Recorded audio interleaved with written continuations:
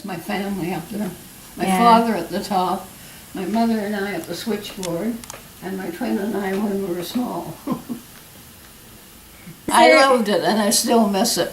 And I was there almost 30 years. It was in my uncle's house, and he was a doctor.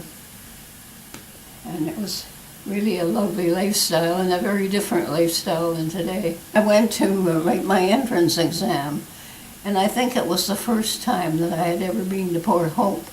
And I stayed with my aunt and uncle. I think it took 2 days to write the exam or something. And when we were dressing to go, I put on ankle socks, and my uncle was old and grouchy, and he wouldn't let me go unless I put stockings on. Well, I don't think I even owned a pair of stockings, and this was really Depression years, you know. Mm-hmm. And my aunt had to convince him finally that my family would be upset if I didn't take the test. So we went, and on the way he insisted on riding too in the car. And as we went along, the girls going to the school all had ankle socks on. And I kept pointing out to him that these, and I could tell that my aunt was trying not to laugh. When I went up to the steps of the high school where I was writing, this dear little boy was on his tricycle. And he looked up at me and he said, "Don't you spill your ink bottle." And the pavement was all covered with spatters of ink. The kids had actually been doing that, I guess. And it was really tricky to have to go to a new town, and a new person sitting in front of you and directing the exam. But fortunately, we all passed. My father's family had a butcher shop, and it was south of where the Gould shoe store is today. And there were 3 buildings that he said were long and narrow.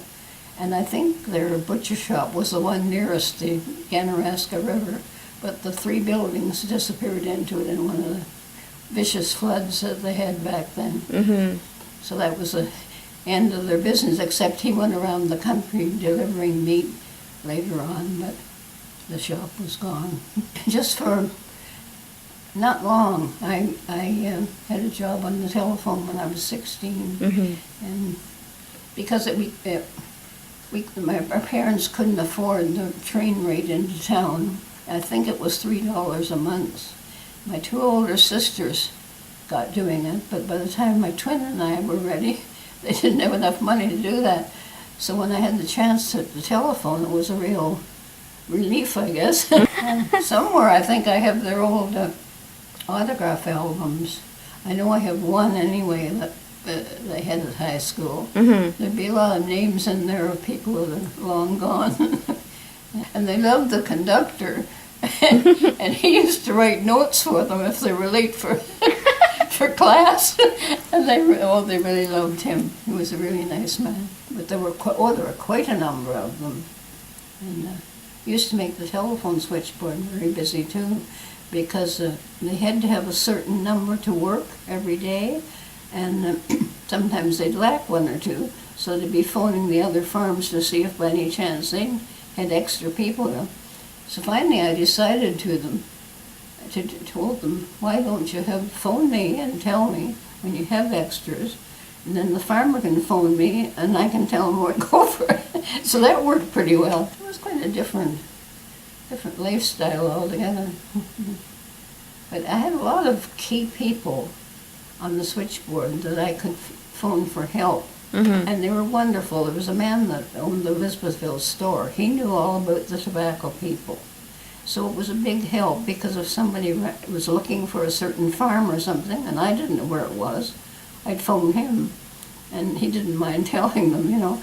But there was everybody helped everybody else then, and you didn't hesitate to ask for help. There was a Mr. Clay in Bewdley, and he was, I think, the president of the Tourist Association, or something like that. And he was very helpful. I got brochures from him and put numbers up on the switchboard so that if we got inquiries, we could tell the party what place to call. And that worked really well, too. But I loved it, It must be terrible to go to a job every day that you hate. And lots of people do. Oh, yeah. But wouldn't it be awful? I was slept right beside the telephone, so because I had to answer night calls too. So I slept right there. And I don't remember my parents ever discussing money. I'm sure they lacked it terribly, but they never discussed it. And I heard a man that came into the museum one day talking about it with others. And I heard him say practically the same thing, you know. We didn't know that we were poor, so we were happy. Yeah. We didn't know enough to not be happy. Because people aren't happy today that have everything. And kids had so little to play with in those days. Look what they have today. There was a little girl came here one day with the Sparks, you know, and they have to talk to you. Yeah. That's part of their training. So I asked her what she wanted Santa Claus to bring. And she said, what do you want Santa Claus to bring? I said, I want him to bring me some note paper and some stamps because I write like a lot of letters. And I said, what do you want him to bring you? She said, a BlackBerry and a cell phone. I didn't even know what a BlackBerry was. Blackberries.